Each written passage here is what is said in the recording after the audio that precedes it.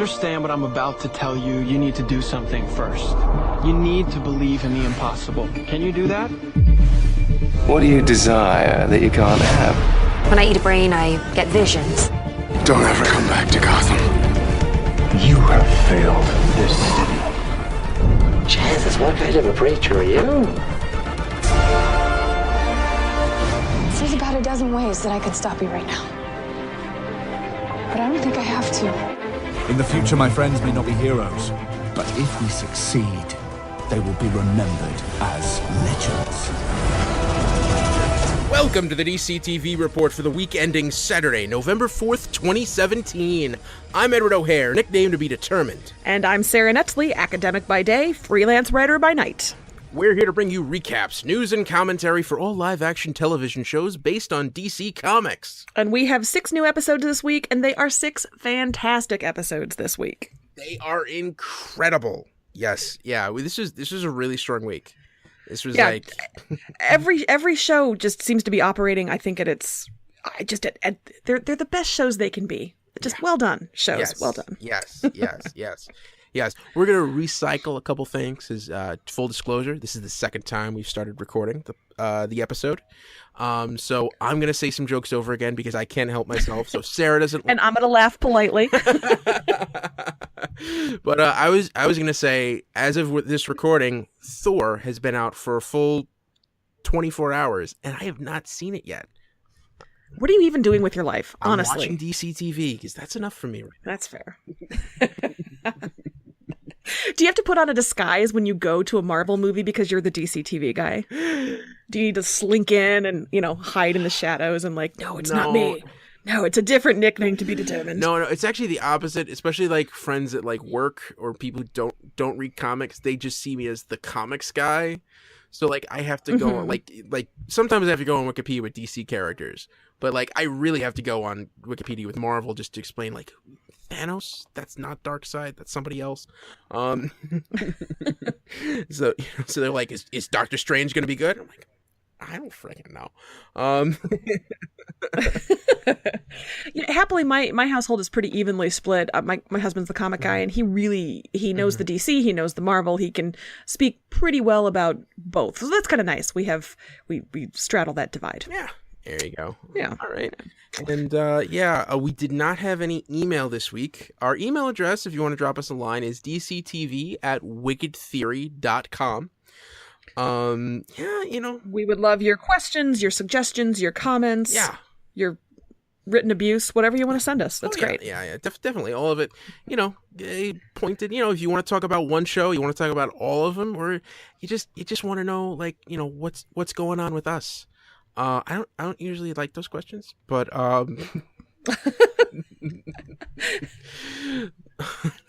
nobody ask Ed what kind of day he had. Don't ask him if he's doing okay. He doesn't want to talk about it. And, because I used to host another podcast.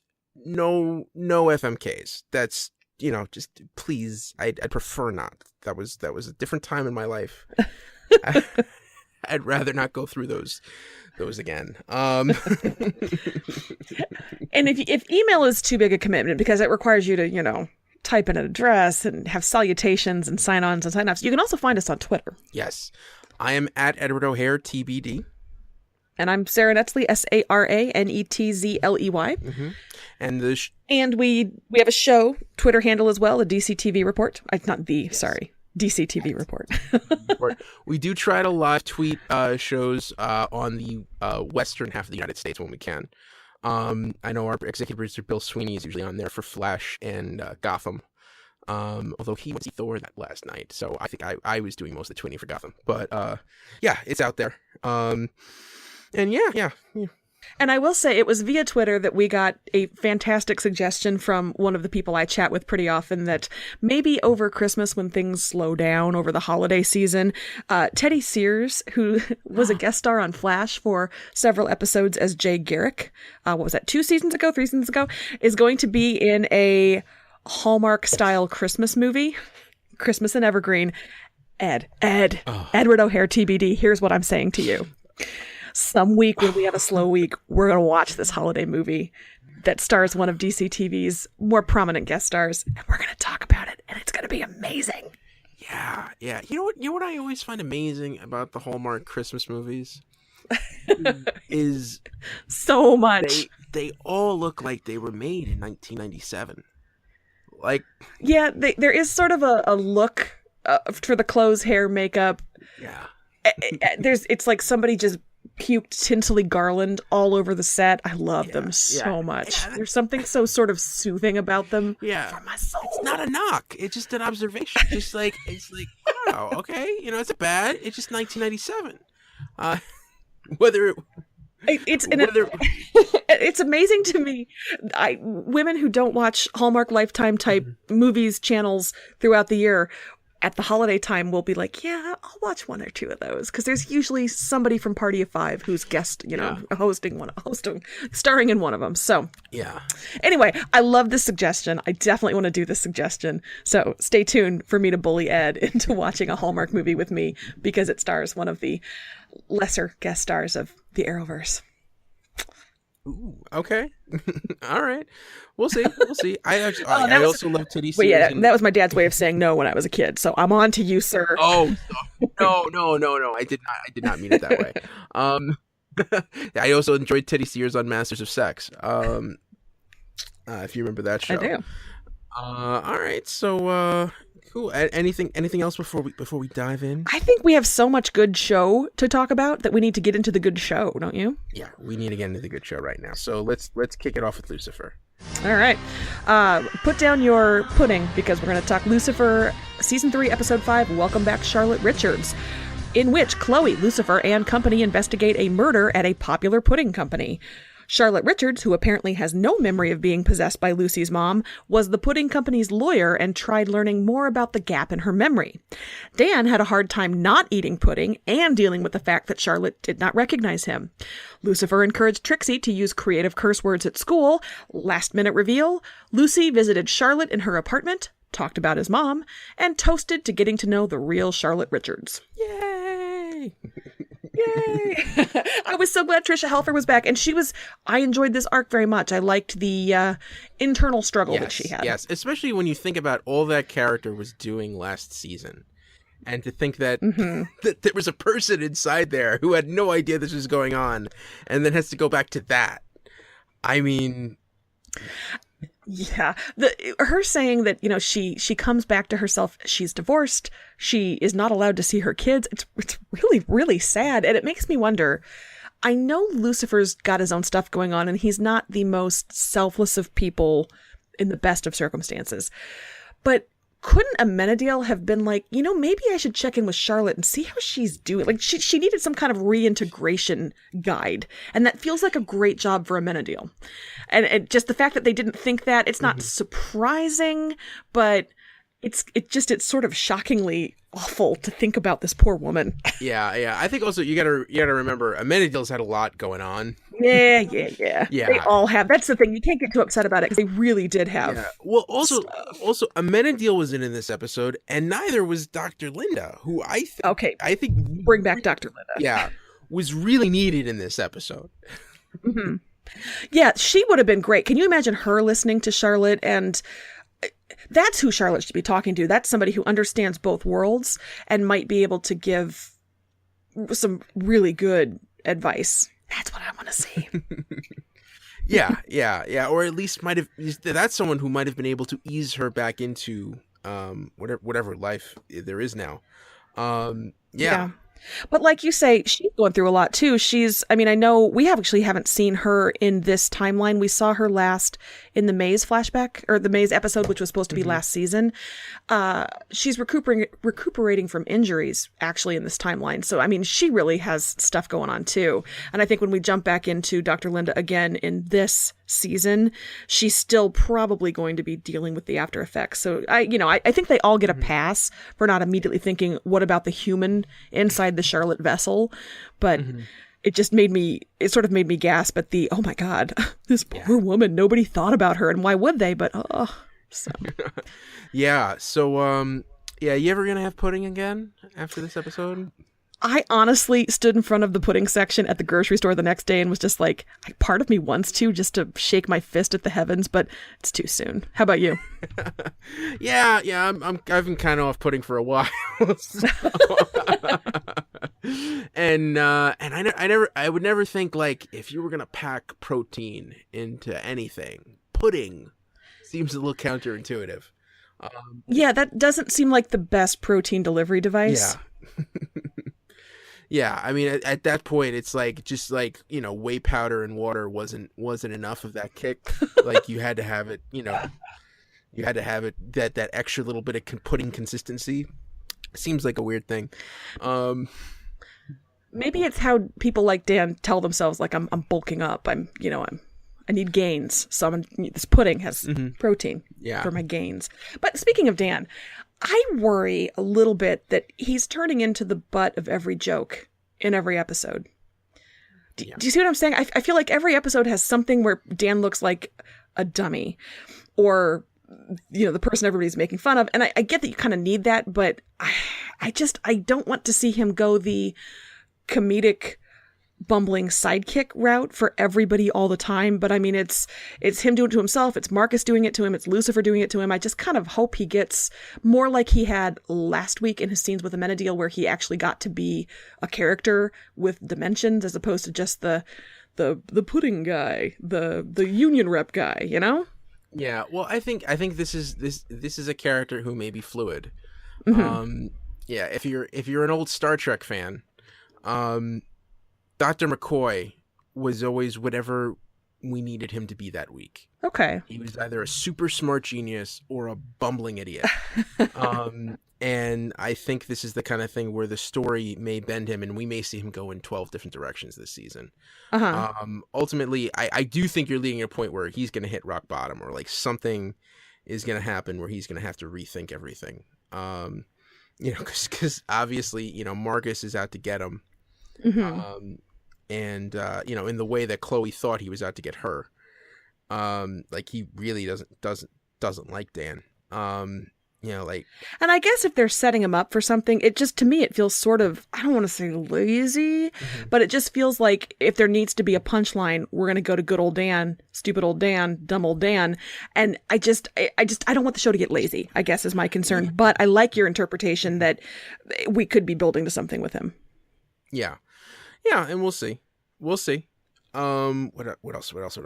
Oh, it was a very small part of the story, and I didn't even think about it. I was contemplating whether or not to include it in the recap, but I thought the Trixie cursing, the Trixie swear words storyline was adorable. Yes. This is one of the shows that does kids really well. I don't usually like children on television. In fact, Ed, have you seen The Orville this week? Yes. I almost turned it off. Bickering children for the first 5 minutes. No, turn this car around. Turn this spaceship around. I went to grammar school with those kids. I was those kids at certain points, but I definitely knew those are real people in this world. Sorry. Oh, yeah, of course. But I guess my point is I like that Lucifer doesn't do that with Trixie. They make her fun, interesting. They don't make her cloying. They don't make her awful. And I did really enjoy the mother flunker.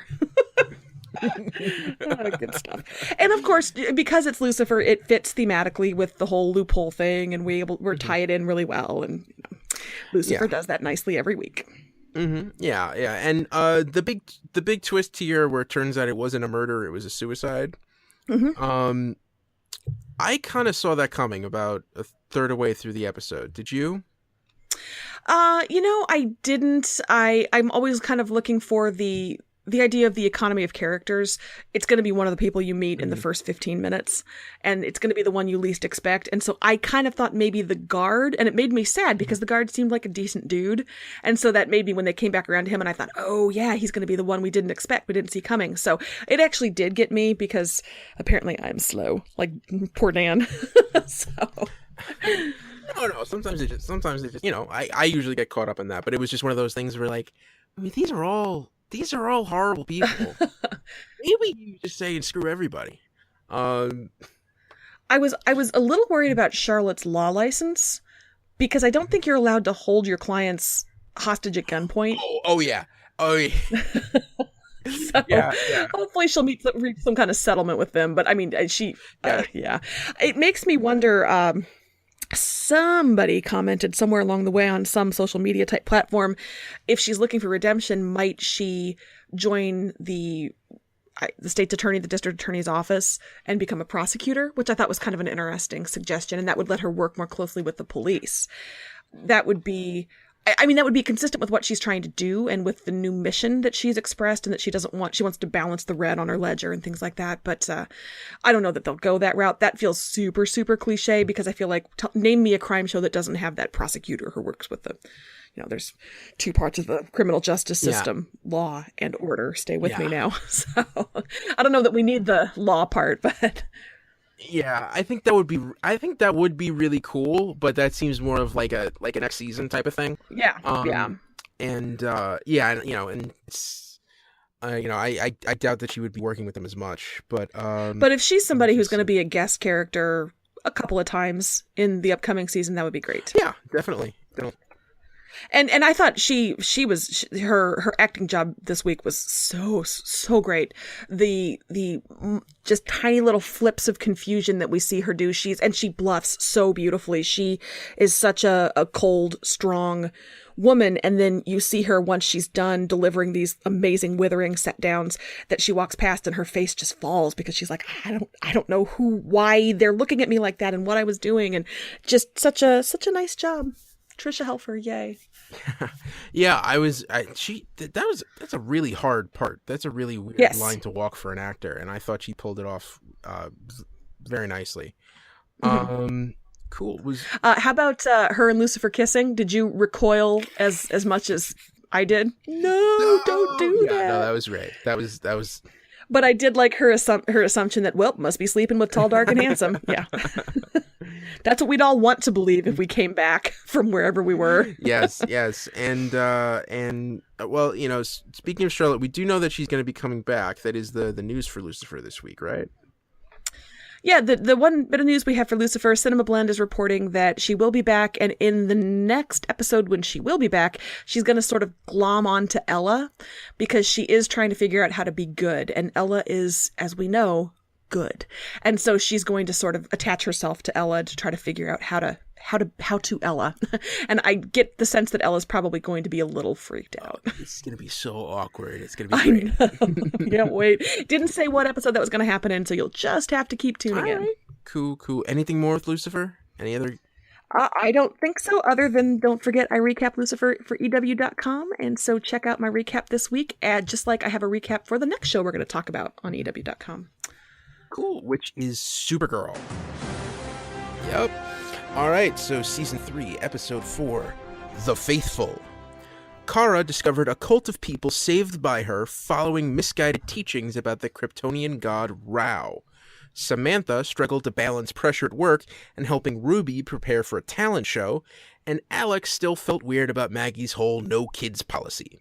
Last minute reveal, stopping the Kryptonian satellite bomb thingy sent a signal to a ship full of people and liquid tube thingies, and someone's hand moved. I am so grateful that you used the word thingy 18 times in that, because I did not know what I was watching in that last scene. There was some sort of explosion, and then something started to beep, and then there's a tube, and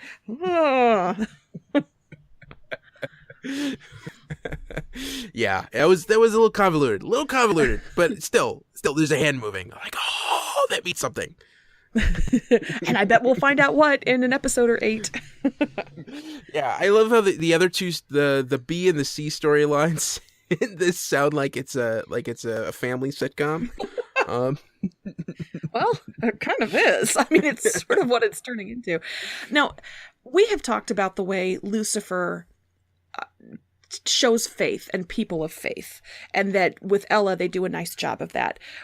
I did not expect to have an episode about Supergirl's Kryptonian faith and her sort of rediscovering how important it was to her, and to be so moved by it. But that was really well done. Just really well done. Yeah. And I think it's I mean, I think it's this thing that a lot of people deal with, where, you know, you have a set of beliefs and you understand them and you were taught them growing up. And then all of a sudden you see people misinterpreting them and trying to take them to strange and violent lengths. And it's painful. Mm-hmm. You know, and harder. I mean, and this is not something that any of us, I assume, have experienced, but to have it directed at her, to have them praying to her, I'm sure that's just an extra layer of awful sickness to layer on top of that. But what was kind of interesting was I felt like the character Colville, played by Chad Lowe, was, I mean, like 90 million % wrong, but like 10%, there was something to that there that they, and it's like, okay, so the episode with, or the scene with James, I wrote about this, but this to me was the best James scene in this show's history, when he and Kara talk about, how is she not a miracle? How are humans not supposed to respond that way to Supergirl and to Superman? Of course they're going to. She's a miracle. And I that was just gorgeous. And like I said, the best use of James I think the show has ever done. So I really love that. And when you think about that with Colville and with his followers, I mean, how can you not say this woman saved me and changed my life? There's something to that, but of course you can't blow people up. No, guys, no bombs. No. Nuh-uh. No, that's the 90 million % wrong. But there's just, like I said, this like sliver that, yeah, I understand where this comes from, and I understand that you want people to see this miracle for themselves. I get it. It's just scary and twisted and wrong. But the end, when he says, I'm going to keep praying for you, or to you, but I'm also going to pray for you, I still was just like, oh, that's really nice. I mean, not, but there was a lot of that. That's really nice about this. Yeah, I think, you know, heart's in the right place. Just, you know, keep moving another 2 degrees to the left each time. You'll eventually get it right. Yeah. I think I mean, Rao's come up before, but I think this is the first time we've really seen, you know, Rao is Kryptonian's deity. And you know, we've really seen, and you know, that there are teachings, there is a book, there is a whole philosophy that goes along with that. You know, I agree with you. I agree with you wholeheartedly. I think this was an interesting take, an interesting story. Interesting that you're talking about James. Yeah, it's funny, that scene didn't stick out to me as much until you really mentioned it, and you know, and talked out about it. Seeing him betrayed that way, I think that was interesting, especially because, you know, he's someone who has personal knowledge of this, you know, who you know, who doesn't, it's not just Supergirl, it's Superman, you know, and how he was there at the forefront of that before, you know, any superheroes were known to exist on Earth. You know, that he kind of lends that interest, that different perspective to it. Well, and he sort of made a distinction between not the first time I met Clark, the first time I met Superman. And so he understands that alien human division that they have, and that I think is kind of part of Kara's story this season is, you know, when are you Supergirl, when are you Kara, and what does that mean? And he talked about, I don't mean the first time I met Clark, I mean the first time I met Superman, and he remembers that very clearly, and that's where this idea of the miracle comes from. Yeah. So. Yeah. And so the whole Samantha and Ruby storyline, I mean, it was nice, but I didn't really feel like it advanced Samantha's, you know, storyline forward. It just felt like we had to hear from that character this week. Yeah, and I think maybe is it humanizing her so when she goes full reign, she has more to lose? Yeah. Possibly. And of course, it's got to be the impetus for the Alex Maggie stuff also. That's true. That's true. And I you know, I have a soft spot for Willy Wonka and the Chocolate Factory. And why they picked that song, the Candyman Can. It was imagination. It wasn't the Candyman Can. Oh, that's right. Imagination. Okay. Because the Candyman Can would be weird. Yeah, that would be weird. But I was right. I picked the right movie. Yeah, you did.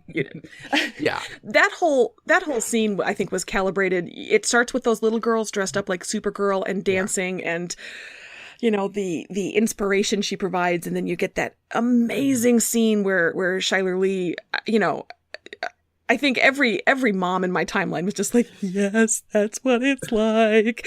And so it was, this kid divide that they're setting up can be a little frustrating because it's something they should have talked about before, and this is how they're going to do it, I guess, to break them up and fine, whatever. But that was so well acted and so well written and so sad, for her to end. What am I supposed to do? I love her so much it hurts, but I want this too. I want to be a mom. What do I do? And Kara can't punch or fight or push her way out of that, and it was really sad and really well done. So yeah. But by the way, there should be a 45-minute YouTube video of that talent show. I want to see children dancing in superhero costumes. I just want to believe that was a real thing. But I want it to be shaky cam from some parents' cell phone. Oh, definitely. And somebody's head is blocking a third of the screen easily. That's what I want. Yes, that's exactly what it is. And I want whispered there she is. Doesn't she look great? Oh, her hair looks so pretty. Yeah. She looks just like her dad. Yeah. And I know this Alex and Maggie thing is really interesting, but it's starting to wear on me. All right, just call off the wedding. Yeah, I understand that they're trying to set it up so it doesn't come out of the blue. I get that, but they really are laying really big breadcrumbs. I was entire loaves of bread that they're leaving, not breadcrumbs, to get us to this point. And I do think maybe letting it simmer a little more, as opposed to addressing it head on every episode. We get it. It's a little much. They can let that simmer a little bit, and they don't have to hit it every time. That said, I'm glad we had this particular scene. I could have done without a couple of the others, maybe, in previous episodes, but this one I thought was strong. And can we talk about the last scene with Kara praying alongside the hologram of her mother, and the voiceover as we see all the characters, Ja'an with his father. Ja'an, how did I do? That was good. Thank you. I've been practicing your pronunciation. Yeah, Colville in his cell, Alex crying in bed with Maggie. I just thought that was, and they set it to Hallelujah, which is so overused, and yet, tell me a song that doesn't make you cry when it kicks on harder than Hallelujah. This is going to be rough. They're going to be playing with our emotions when you hear those opening strains. Yep. Yeah. No, definitely. I agree that. Yeah. That was a great moment. And then I guess the very end, that the jump scare in the mirror, that was our reminder that this is also Halloween week. So we get she looks down, then she looks up, and there's Kryptonian all over her face. Of course, I'm talking about Samantha. But yeah, what's going on there? Genuinely unsettling. And well, speaking of Samantha, we got a look at what the Rain costume is going to look like. Yeah, pretty much every news site had a picture of Samantha as Rain, and she looks pretty tough. Yeah. I mean, they go with a mask over this, which is it's better than Diggle's mask when he was Spark. I don't know if you remember the controversy over that helmet when he started wearing that. But I don't know that I followed. Was the controversy that it was not accurate to the comics, or just that it was ugly, or? Well, no, it was just ugly. Yeah, well, he's not a hero in the comics, so gotcha. they were I think that's the problem. They had no reference point. So they put him in this. It's fine. It covers his face. Yeah. So it's just kind of it can't look like Darth Vader. There's got to be whatever. But I think the mask is an interesting choice, and not to make her look physically like Rain does in the comics. It's not bad. It's just different. Well, it's probably cheaper. That's true. It's probably budgetary reasons, but I'm still excited, and I know Odette Annabelle can handle those action scenes. So let's just get there already. Let's just move in. Yeah, it is a slow burn to get there, and again, I understand that they need to set it up so when it does happen, it feels like a loss that, she's not single mom trying to make it work with her presumably 7-figure job. I mean, it looks like she's got a nice thing going there with her life. So yeah, we get it, but I would like to see that pick up a little bit more, possibly. One other piece of news about Supergirl before we move on is Lena Luthor is going to continue to clash with Morgan Edge, and it's going to bring out her Luthor side a little bit, and that will test her friendship with Kara, according to an EW report. I love all of that. I know. I love more Morgan Edge. I think he's such a great gross villain. He's just so slimy and not super villain, just bad business dude. And I enjoy Lena very much, and I like Lena when she has to be cutthroat. So yeah, and I like Kara giving her the wounded "why would you" puppy dog eyes. So this whole thing is very exciting. Yeah. Cool. And okay. Anything else with Supergirl? No, I don't think so. Again, I just was surprised that a show about Kryptonian religion was so darn good, but it was so darn good. It could have been hokey, it could have been preachy, and it was none of those things, I didn't think. Cool. Now, next up. Yeah. All right. The Flash. Season 4, Episode 4, Elongated Journey into Night. The meta hunt led Barry to Ralph Dibny, a crooked ex-cop with elongation powers who was trying to blackmail the mayor. Gypsy's dad, Breacher, decided to hunt Cisco for 24 hours to test his worthiness to date Gypsy. Last-minute reveal. Ralph revealed someone named DeVoe hired him to watch the mayor, and Barry remembered that name being mentioned in encounters with Kadabra and Savitar. Ooh. Dun, dun, dun. So we got our first introduction to Elongated Man. Okay. They did not do him any service by having Iris, I think it was, say, oh, he's handsome like Oliver Queen. I have met Oliver Queen. Ralph Dibny, you are no Oliver Queen. Cute guy. But Oliver Queen is another level. I am sorry. So it didn't do him any favors, but I thought he was a lot of fun. I really enjoyed it. I have loved this whole season of The Flash. It is so much lighter. It is so much more fun. And this is another one that I thought just hit it out of the park for me. Yes. Yeah. Same here. And the actor who is playing Ralph Dibny, Hartley Sawyer, it is scary how much he looks like Ralph Dibny from the comics. Like it is like just perfect. Just the build, but also even just the jaw and the facial structure. Really, really spot on. And I think this is a very different version of the character.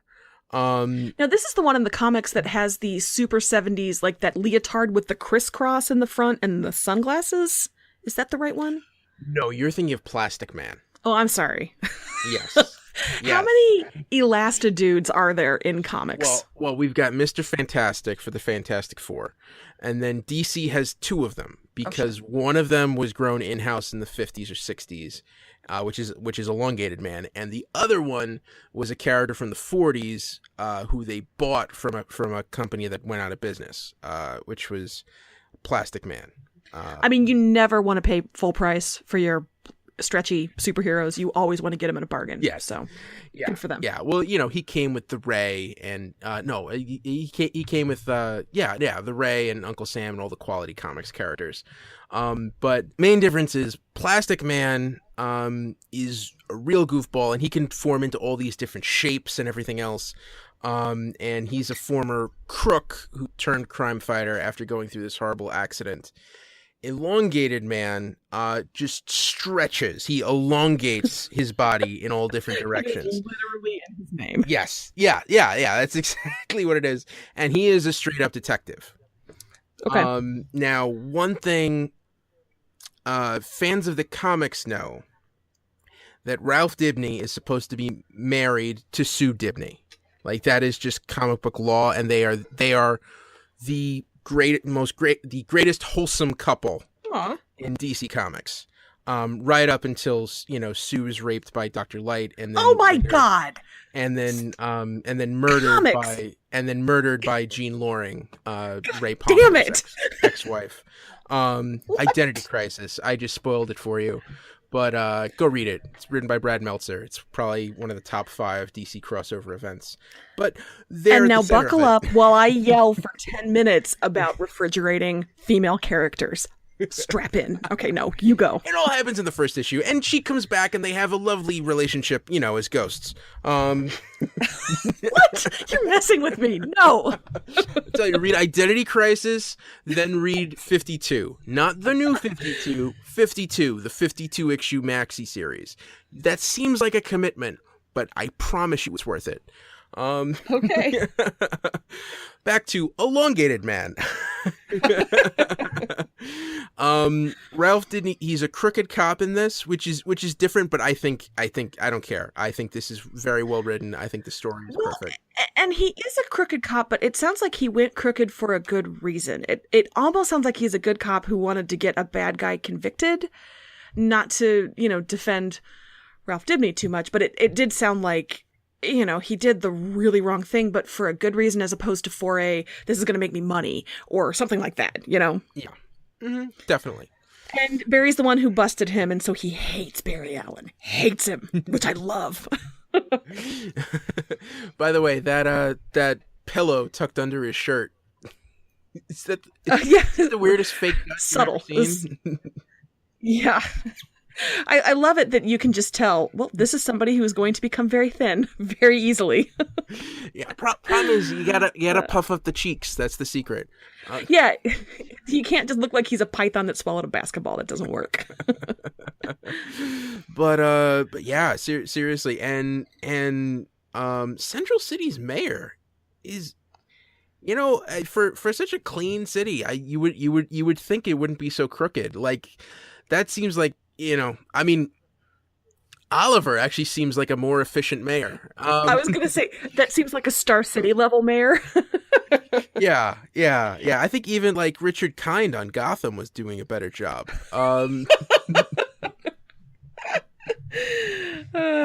Yeah, he must have a good city council, because that mayor seems like he wouldn't get anything done. You're right that they have a pretty well regulated city there, so you'd think that wouldn't be super corrupt. Yeah. So here's my question: was that bus full of the most colorful people in the city? I mean, it just seems like it had the most like wacky, crazy people. That I just love the thought of this bus being full of the weirdos and the eccentrics, and now they're all stretchy, lucky superheroes. Well, like supervillains. What time of day was that? Was it like 2:30 in the afternoon? Oh, that is a good point. Because I mean, like, so who's on a city bus at 2:30 in the afternoon? Like, who's not at work? Somebody with a dental appointment, somebody who works the swing shift, somebody who is a student, and Ralph Dibny, apparently. Somebody who just got fired from her casino job. Yeah. But you're right. That does maybe kind of explain things. But I thought that was great, and we had another great character that was introduced. Okay, I was gonna say we're gonna talk about Danny Trejo now, aren't we? Yeah. Just take it away, Sarah. He was so great. So, Gypsy's dad. Who else but Danny Trejo could play Gypsy's dad? And who else but Danny Trejo could tell Cisco, "I'm going to hunt you"? And the whole audience would be like, "Yes, yes, he is." Yeah, he's the only person who, at least is. Yeah, he's like the only person in the world who could say those words convincingly. Mm-hmm. And not make us hate him. I mean, there are some people who'd be like, "Oh no, don't do that." But when it's Danny Trejo saying it to Cisco, I would like to sign up to this newsletter. Thank you. Did it physically hurt you to watch him wrecking Cisco's collectibles? Oh, that was hard. That was hard. Yeah. I felt really bad. I'm surprised that Cisco didn't flip out even more. It shows how freaked out he was. I think that he wasn't like, "What are you doing? That's a vintage red Sonja," or whatever. Yeah. But I think Trejo was great. I think the rapport that he had with Cisco, just kind of like that. Nope. I don't care what. I don't even care what my daughter says. You're wrong. You're wrong. Now, you did enjoy Cisco at one point brandishing a machete, right? Yeah. That was my attempt to get you to say it with the accent. Machete. Thank you. Yeah. He even. I mean, it wasn't exactly a machete, but close enough. Yeah, Trejo did pull out a knife of his own to get out of that force field, which is like half a machete. It was like a Bowie knife. It's a machete. Yeah. It was like a Crocodile Dundee knife. Yeah, and I thought this storyline gave Harry some great moments. Oh God, Harry, who does not care. He does not care what's happening. Yeah, he went that way. I did think Tom Cavanaugh's Harry was better this week. It felt more like the Harry I was expecting. So maybe he just needed to get recalibrated into which Harry he is. But he felt more like the version I thought we were supposed to be seeing. So I enjoyed that. Yeah, definitely. Definitely. And were you surprised at all that we didn't see the Thinker in person this week?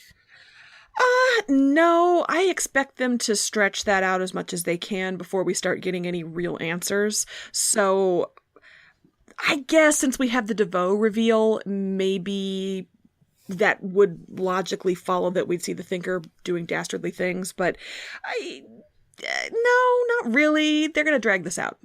Okay. Cool. All right. Any news from Flash? Quickly, speaking of Danny Trejo, the show, according to the Hollywood Reporter, does want Danny Trejo back on the show, and he would like to do that. The problem is that Jessica Camacho, who plays Gypsy, is also on NBC's Taken, and so you have to work with her schedule in order to bring him back, although I kind of think Danny Trejo being back without her would be amazing. Can you imagine if he shows up and Cisco's like, oh, where's Gypsy? Oh, it's just you? Great. All right. So we hopefully will see Danny Trejo again this season.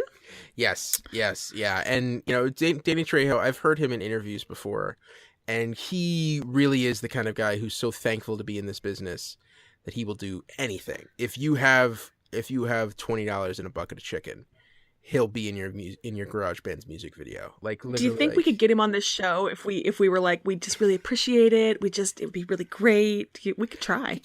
Danny, I know you're listening. Give us a call. But no, I'm really excited about that. And according to interviews, he was lovely to work with and he really enjoyed working with the cast. So I think that really helps when you have a cast that's welcoming to guest stars. There have been some casts that are so tight that when you drop in a guest star, it's just like, oh, it's so cliquish. But it sounds like that's a really great cast to work with. So yay.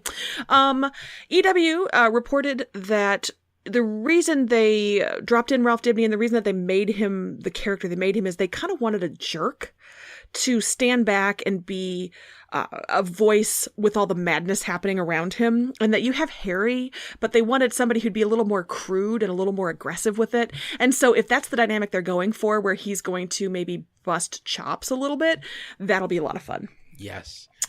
And finally, Wally, we didn't see Wally this week, but again, according to EW, he's not gone from the Arrowverse or from Flash. It's just that it's hard both creatively and financially to have two speedsters on the show. But the key point there is not just gone from Flash, but not gone from the Arrowverse. So I don't know if that means he might turn up on a show that doesn't usually have a speedster, but that would be kind of cool. Mm-hmm. Yeah, there was no report about what show that would be, but yeah, I could see him slipping into the Legends. Definitely. Yeah. We'll get to that I just wanted to say something, but I'm gonna wait till Legends to talk about that. All right. Okay. Cool. And was there any other news? Nope. I think that's it. Cool. Flash. All right. So two Legends. Yes, two Legends of Tomorrow. We have season 3, episode 4, Phone Home. The Legends headed to 1998 Ivy Town to prevent young Ray Palmer from getting killed by federal agents for protecting a baby dominator. And Jax and Mick became suspicious Dr. Stein may not want to be on the Wave Rider anymore. Last minute reveal, Jax asked Ray to help him figure out how to break up Firestorm. How dare he? Number 5...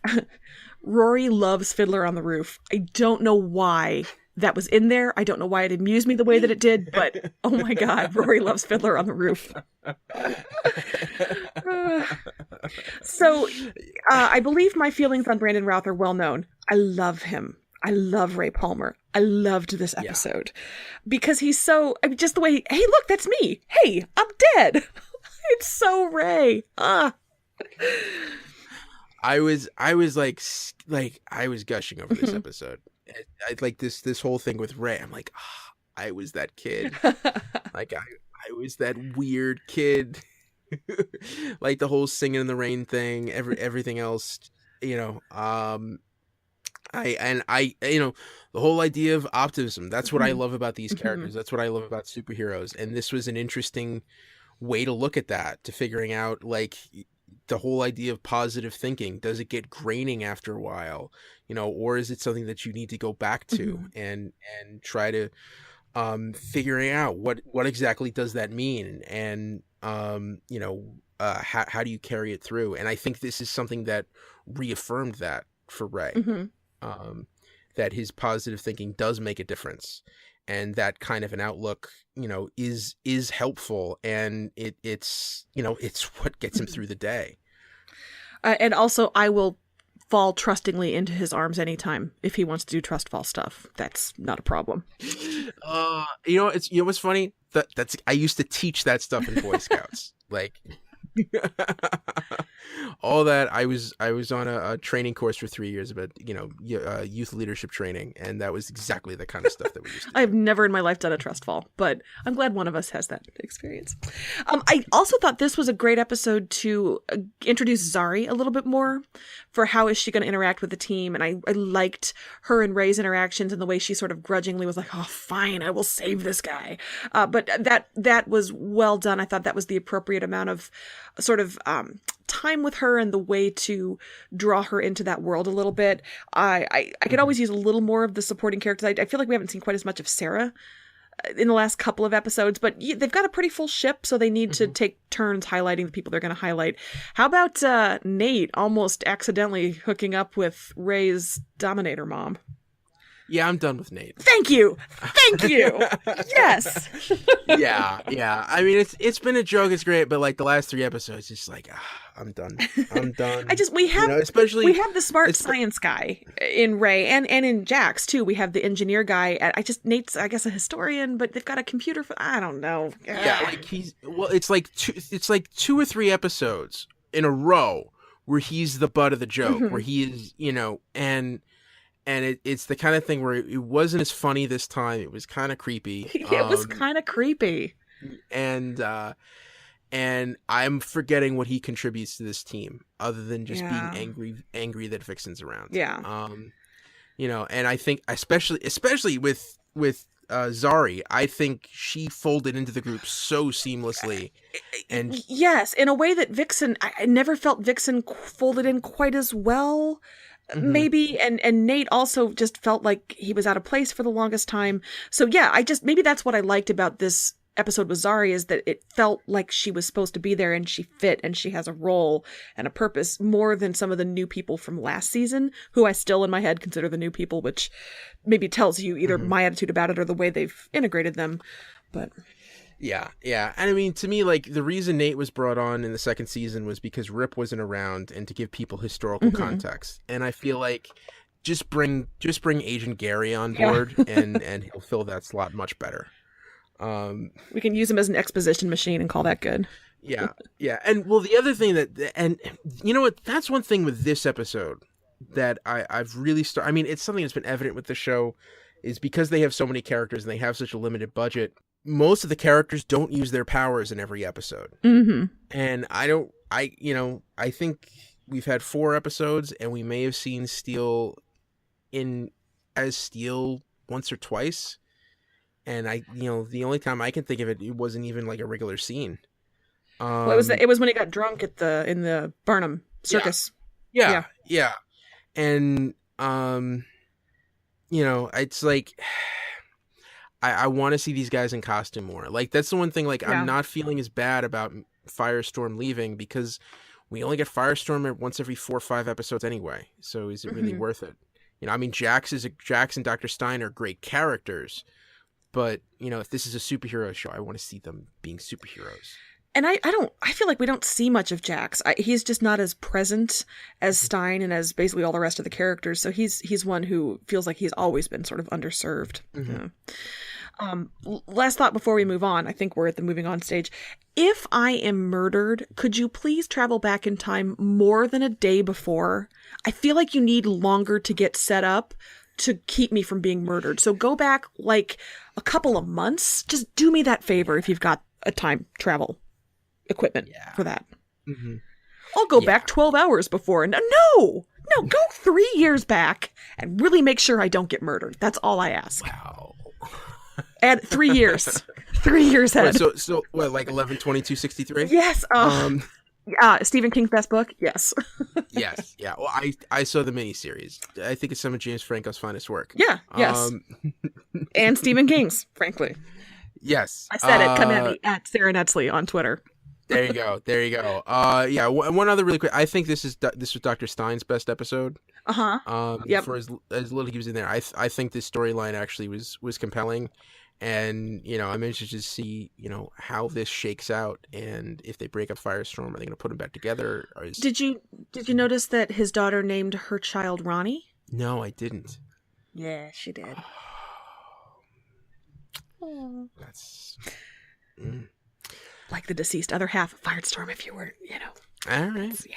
All right. So I know you knew that, but just in case anybody was listening. Yes. Oh yeah. You're right. You're right. The listeners don't know that. Well, I'm sure a lot of them do, but that's one of those details that you might have forgotten because that was on Flash. Flash season 1. So yeah, you have to have really good memory across a number of shows sometimes for some of these Easter eggs and things. Yeah. All right.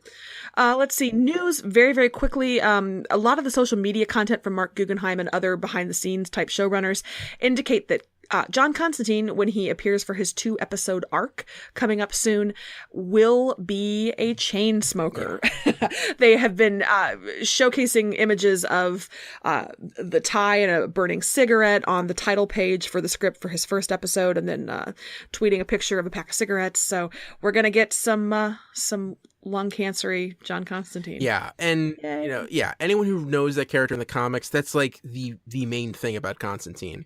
And the only reason that this is a story is because NBC waffled and waited a while before, it was the kind of thing where like you couldn't see him light up, or like they were alluding that he was just smoking, and then like halfway through the season they finally went, but like that is a main feature of that character. That is the image of him, is that cigarette lighting up his blonde hair. I don't, I'm just glad to see like, okay, it's a non-issue. He's smoking. Deal with it. Yeah. I don't know. Is that where his television? You've come a long way, baby. I don't know. Or maybe we're just getting back to where we were 40 years ago. I don't know. Somewhere Don Draper is so happy. All right. Shall we move on to Gotham? Yes. Let's go on to Gotham. Season 3, Episode 7, A Dark Night, A Day in the Narrows. Pig's cop-napping continues, and against Jim's pleas, Harvey let Headhunter and a pack of Penguin's mercs join the manhunt. Babs wanted to close up the gun business, but Selena decided to prove her wrong by trying to rip off a biker gang. Bruce was in a bad place and tried letting off steam by hanging out with some of his old school buddies. Last-minute reveal, the GCPD stopped honoring Penguin licenses, and Harvey doubled down on the booze. Literally the most important thing that happened in this episode was the commercial for the X-Files, because Scully has a better red wig. This was a great episode, but most importantly, Scully's red hair is back. So, 2018. Okay. Moving on.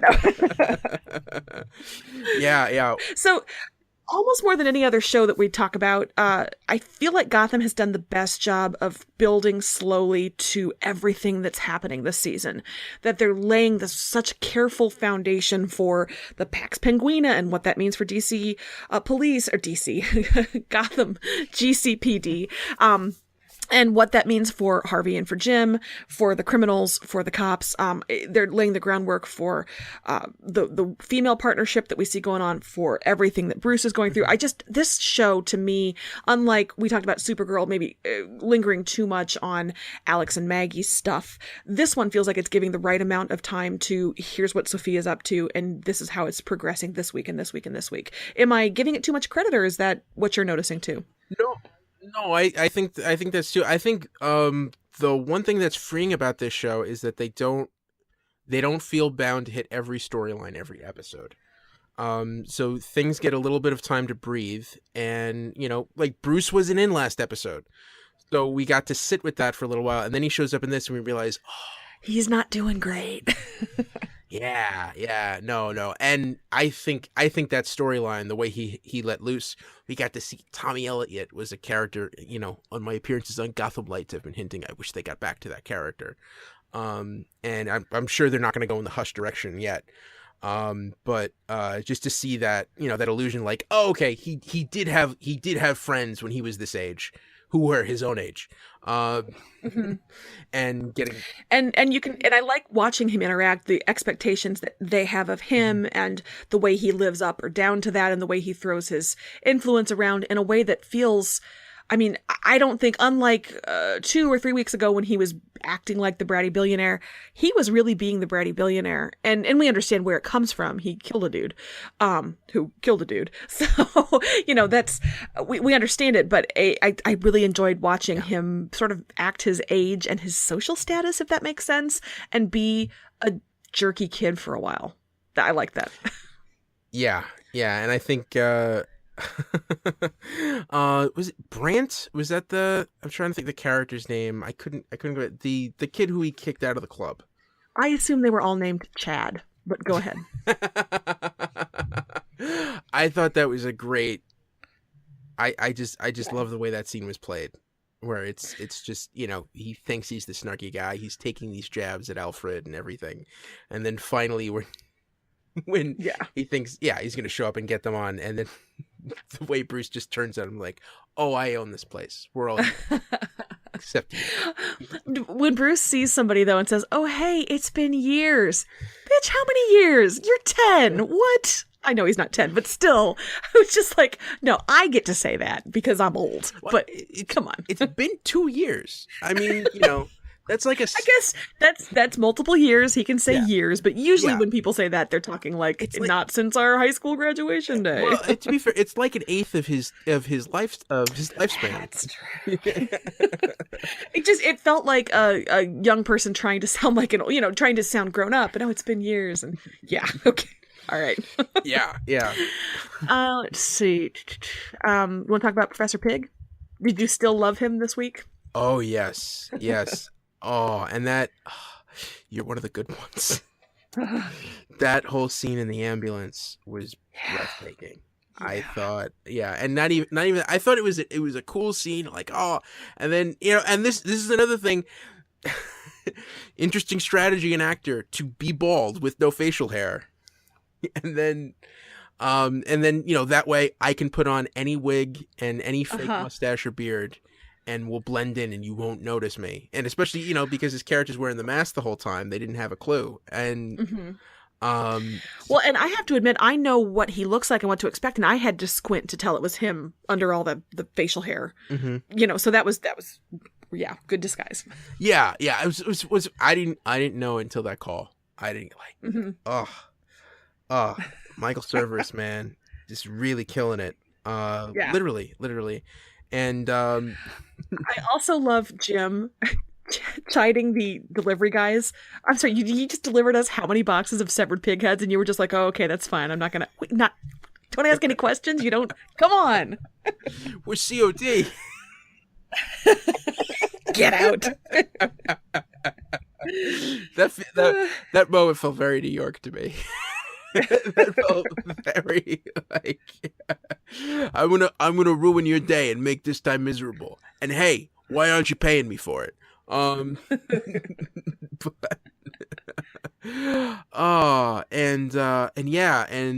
Headhunter. I think he was fun. Well, I think it's funny because like watching the Twitter feed as people going like, that's not Zaz. This guy's what's up with Zaz? What is it? And then to have it pay off, it's just like, no, this isn't an annoying character who's gonna hang around 6 episodes too long, and we're not gonna know what to do with him. We're just gonna nope, he's done. And just honestly, when Gotham says at the outset, Victor's out of town this week, they're lucky I keep watching. What? But Headhunter did a nice job of holding our interest with that anarchic, violent zeal, and that's the end of him. Yeah, and that's exactly what he is in the comics. Oh, nice. It's 2 shots. I don't need to. It's my signature. And I thought that kill was one of the most vicious. That's one of the more vicious kills we've seen Oswald do in the show. Yeah. And I think that was the show, like how much he's losing it. Well, and I like, and again, because the show has been creeping up on this, he's got Sophia twisting him up in knots. He's losing control of the GCPD, who's decided that maybe we're not going to honor the Penguin licenses. So I do like, they didn't make it explicit. He's exerting his power and influence where he can because he's losing it elsewhere, but it's there. It was good. Oh yeah. I did see somebody on Twitter who wanted to know why Professor Pig sounds like he's giving a TED Talk. Which I'm still laughing about days later.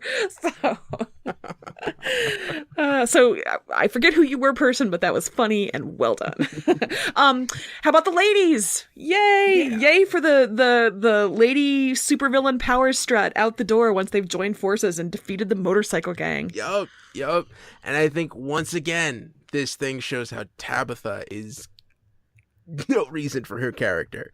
Yeah, I mean, the one thing she did, and this is actually, I liked her for this, was that she was the one who told Barbara, we kind of need to go help Selena. Mm-hmm. And it was nice to show that she actually cares about Selena. I thought that was a nice bit of emotion. But in terms of interest, in terms of that kind of fire that drives the plot, it's all Selena and Babs. Well, like, it's also like she goes to help Selena and ends up being just as trapped and not being of any help at all. And it's Babs who has to come in and bail both of them out. And she does. And she looks great doing it. Oh, she looks fabulous. Yeah, that was... Yeah, sometimes it pays to bring a gun. Now, is that the first time we've seen masked Catwoman? Yes. Cat in the show? Young adult? Cat teen girl? Yeah. Yes. I'm trying to think. Was she wearing a mask when Bruce was tracking her at the docks? In that one scene, the first time she went to get the knife? I'm trying to... Might have been wearing a mask in that scene. It was, as we discussed at the time, it was really dark. Yeah. And now I can't picture it either way. But yeah, definitely, yeah. And this... But, I mean, it's a newer evolution of her suit. Mm-hmm. Yeah. But no, I'm very excited for the official, we're getting the band not back together so much as together, and that I hope this is a thing that continues, and I hope we don't take quite as many weeks off from them as we have been, because I do enjoy that dynamic. Yep. Yeah, and I thought it was handled well. Cool. Any news for Gotham this week? A little bit of news. We are getting yet another new Ivy. Peyton List, who was on the CW's Frequency most recently, is going to join as an even older version of Ivy. But I got a sense that it's going to be much later. I mean, like maybe season 5 later, or very late in season 4. So I don't know. I really liked the second Ivy a lot. So I was sad to hear this. How much older do you want to make her? I don't know. I trust Gotham. That feels maybe unnecessary. And also, I think when you age her from first Ivy to second Ivy, the change in looks makes sense. But at this point, I feel like second Ivy looks like Ivy's going to look. So if you introduce another new Ivy, it's one step too far for me. I don't know. Yeah. I don't know. I'm not sure how I feel about that. I'm trying to figure out, like, why did you have to move up? Yeah. Like, yeah. What are you benefiting? What are you gaining from this? I mean, maybe it was just something with the other actresses' availability or something. That could be. The article I read was from Deadline, and I don't think it said anything about, the current Ivy is moving on to this or that. So I'm not quite sure what that is, but it was. Maybe she was just a jerk on the set. Maybe she was horrible and they were like, gotta get her out. And maybe she was lovely. I'm sorry, actress. I don't know at all. I'm sure you're right. We don't know. But that happens. That does happen. Yeah. Cool. We are breezing right through. Is there anything more to talk about on Gotham? Any predictions? Nope. Okay. I think it's time to hit Arrow. Okay, Arrow. And this was a really big one. So season 6, episode 4, Reversal. Olicity was in full swing as Oliver and Felicity dealt with their usual roles being reversed. Team Arrow tried tracking Black Siren as she started killing seemingly random strangers with her canary cry. Alina came back into town, begged Felicity to help her stop Caden James from unleashing a hacking scheme that could potentially kill over 300 million people. Last minute reveal, Oliver got a call from Slade Wilson asking for help. I loved every part of this episode. Yes. Yeah. I mean, pound for pound, I think this was the strongest episode of the week. And that's really saying something, because as we said, all of these episodes were really good, but this one just every level, the superhero crime fighting level, the personal relationships level, the cool new villain level, we get Slade Wilson again, even if it's just for 30 seconds at the end, all of it. And the big lesson this taught me was just don't talk to people in parking garages. Never. Just don't talk to people. Don't talk to strangers in parking garages. Why would you do that? Yeah. Yep. Ever. Nope. Never. Don't do it. We learned that from Candyman, and that is a lesson that has continued to this day. So I super loved, can we do Elicity first? I super loved pretty much everybody, including strangers in restaurants, being like, oh, you two are back together. Yay. So I liked sort of the meta commentary in the episode there. That was a lot of fun. Yeah. I thought it was well played too. I thought this is another one where I thought Felicity was like really strong. And they're really pushing her character arc this season. She's going through a lot, juggling all these different things. Well, and boy, they weren't kidding about reversal. I mean, usually it's Oliver who says, I did this thing and now it's come back to bite me. I've done bad things. I have to fix it. I have to make this right. And I mean, pound for pound, that was Felicity this time. And the character growth of Oliver, for him to be able to say the things that he said to try to help her through that and work her through that, that's usually her role, but he clearly has been listening. And, he went through this great growth arc in season 5 where he was able to kind of let go of some of that guilt that he carries around with him. So he's able to be the good supportive partner for her. And I don't just mean romantic, I mean crime fighting, and I mean life, friend, partner, all of it. Just that whole thing was gorgeous. Well done. I liked Oliver in that support role. That was the frustration that he felt at not being able to be in the field and, punch people for her. And so he becomes, what would we call him, Ollie Watch as opposed to Overwatch? I don't know. That was a lot of fun. Yeah. Well, and, I know we couldn't go too long without him punching somebody. He did get his, I mean, come on. He did get his licks in with that gas mask, in that underground. Yeah. No, I thought that was great. And, Alina coming back, I really liked her last season. I thought that was an interesting character. And interesting to bring her back, sort of not humbled necessarily, but I think she had a lot more power last season in that she was having Felicity do favors for them. And now she comes back kind of with that, help me, Felicity Kenobi, you're my only hope. And what I think is really interesting is there's a lot of chatter I've seen online, and this is not one of the news items I have, but this feels like it's setting Felicity up for a run-in with the law, does it not? Yes. Because the hacking that she did, that's going to be traceable to her. And that clearly, shall we talk about Michael Emerson, the great Michael Emerson? Yeah, what's funny? I'm not a Person of Interest fan. Oh, God, no, but Lost. I mean, I shouldn't say God, no. I've heard it's a good show. I've just never seen it. Yeah. I'm just talking about like the Ben Linus Lost. Oh, that's, okay. That's why everyone was flipping out. Yeah. Okay. I thought also he was in the second to last ever episode of the X-Files before the reboot in the Brady Bunch homage, which was terrible and a strange way to end that show. And he played the fan who was really obsessed with the Brady Bunch on the X-Files. It was, like I said, strange, and that has always stuck out for me if we're talking about the X-Files, which apparently we are. Yeah, and he's really good at playing that creepy nerd, and he filled that role very nicely. Quoting philosophers and doing crime. But I guess my point was, when his casting was announced, it was an immediate no-brainer to me that he was going to be Caden James. They didn't say who he was going to play, but you have this great evil hacker and you have Michael Emerson. Clearly those are two great tastes that go great together. But his end goal, so we have some mysteries here. He is the one who saved Black Siren from Leon Yu. He didn't actually want to take down the internet. He has some other goal in mind, and what is that goal and what does he want from them? And is it, what is his long game? So I thought that established him really well and has left some mystery in his wake about why is he doing that with his partners in crime as well as the people he's doing it to. Yeah. And I think this feels like the big baddie for this season.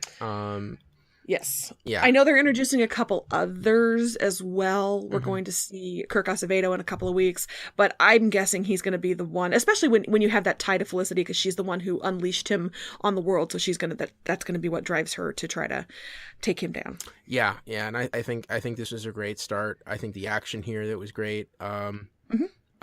Black Siren kind of doubling as a serial killer. I think that was a really good use of her character. Some of the best acting that actress has done. I will say this until the end of time. The best Katie Cassidy is evil Katie Cassidy. I didn't like her as clean-cut Laurel, but as evil Laurel, I think she does a really nice job. Yeah. And what else is going on in here? I think I mean that we didn't have as much of the Diggle drug shoot up Tremor storyline. Yeah. So that kind of, we glossed over that. Felicity and Curtis named their company. Yes. Yeah. Helix. Helix, and they're going to start trying to mass produce Felicity's spinal implant, the chip, so it can help other people with motor malfunction. So that's nice. I mean, it's a nice humanitarian approach to it. So yeah. And Alina is going to be sticking around. And yeah, I hope we actually see her. That Felicity offered her a job with the company, and that could be the kind of thing where we never ever see her again because she's just working at the offsite location, or we'll see her quite a bit. And I'd be cool either way. I like her. Again, it's one of those shows that has a lot of people already, so as long as they're balancing everything, that's fine. But I hate to get away from our core too terribly much. So definitely. But if she wants to drop in and out, cool. Yeah, I think that's great. And Slade. Yeah, I think the yes preview for that. We're gonna. I'm watching and recapping again for EW. The Chronicles, or the Shannara Chronicles, and that's right, that actor is in that as well. Yeah. So I'm getting a heaping helping of just Slade Wilson all over the place. It's great. Yeah, I love the first season of Shannara. I'm probably gonna end up binging the second. Is it because it changed networks? Is that different? No, honestly, nothing. Okay. My 10-second pitch for Shannara. It's not a good show, but it is a fun show. It's got action, and the sets and the costumes and the scenery and the people are beautiful, and there's surprises. And I just watched next week's episode, and it's genuinely surprised me in a couple of spots. So it's a lot of fun. If you haven't seen it, find season 1. It's good fantasy, sword, evil, demon, wraith. Yeah, good stuff. But Manu Bennett plays an old, almost immortal druid who is over it. He is over your nonsense. He just needs you to get this done because we have got to stop the evil in the land. And so that's the character that he plays, and it's perfect. And I love it. Cool. And all right. So, and news for this week. So David Ramsey did a couple of interviews this week. He told Variety one thing is that this Diggle storyline is not going to be a very special episode about drug addiction. It's going to be more about how this challenge compromises his morals, because Diggle's always been somebody who, I mean, he wanted to go to prison for killing his brother, right? I mean, like he has this strong moral compass, and what it's really going to look at is how his addiction compromises who he is as a character, as opposed to like, we have to get him help, just say no, hugs not drugs. And he told TV Line that James Manford, who works with them on their fighting styles and things like that on the show, really went out of his way to give the Diggle, the John Arrow, a different fighting style than the Oliver Arrow. And that since Dig's a military guy, his way of fighting is going to be a lot more straightforward. I'm just going to break all your bones, as opposed to Oliver, who's a little bit more roundhouse kick, fly in off of ledges and things like that. But I love that they put that kind of thoughtful attention to how would John Arrow fight as opposed to Oliver Arrow. So just kind of cool. So not really news, just some neat behind the scenes stuff with David Ramsey. So that's what I got there. All right. And all right, running down. All right, let's go. News from other shows. What do we got?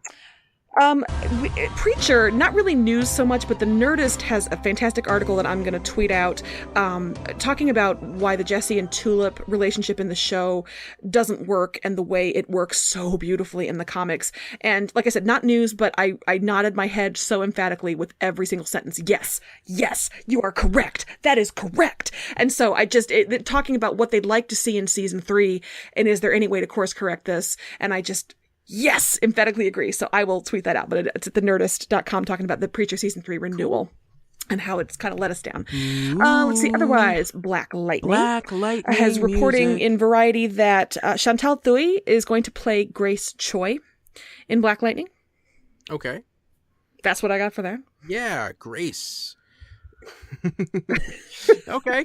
That's cool.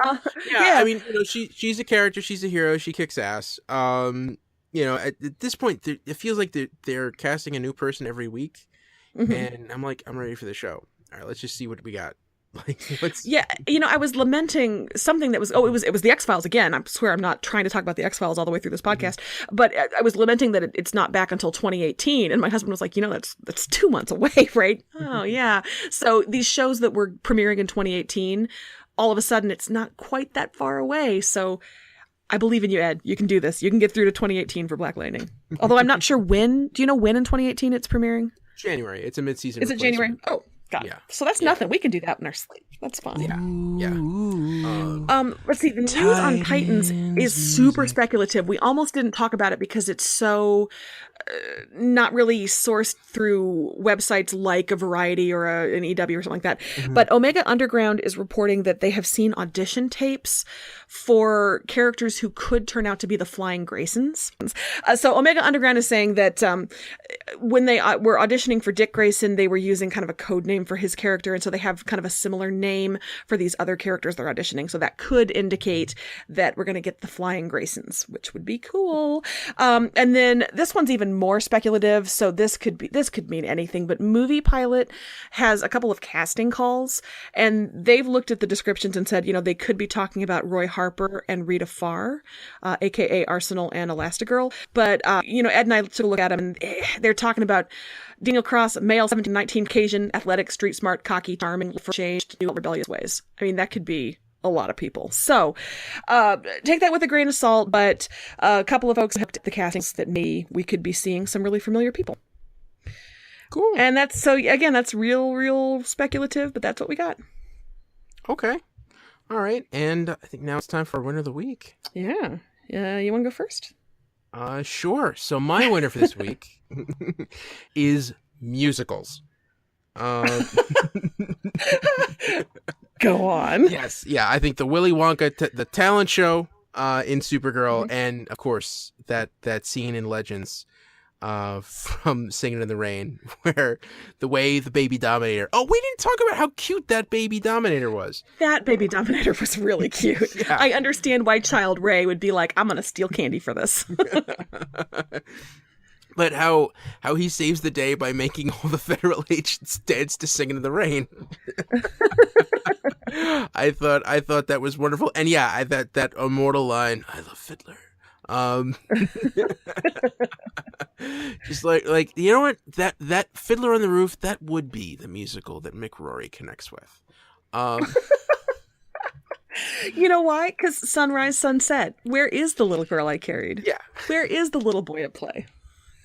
It's funny. There's a Nick Hornby short story that I've always loved called Nipple Jesus, and it's about this bouncer who gets a job working as a museum security guard in front of a mural of Jesus of the crucifixion made out of pictures of nipples.